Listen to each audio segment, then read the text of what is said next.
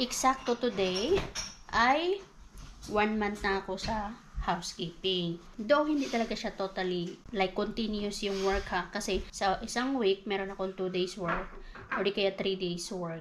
Bahira lang yung 4 days or 5 days. Like from Monday to Saturday. Bahira lang po yun. Ngayon, natanggap ko na yung aking sahod from 16 last month to 30. Ang pinaka-first na nauna kong natanggap na sahod was nung 10th to 15. Kasi 2 times po magsahod. Quincenas, tapos katapusan na. Pero hindi exactly quincenas, tsaka katapusan yung sahuran.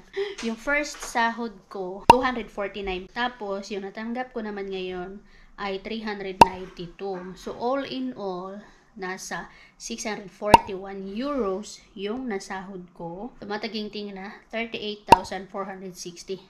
Malinis na po yan ha. Bawas na yung tax. Ito po ay per hour kasi to. Kung i-continue mo from Monday to Saturday, nasa 2 weeks lang po yung tinrabaho ko at ito yung sinahod.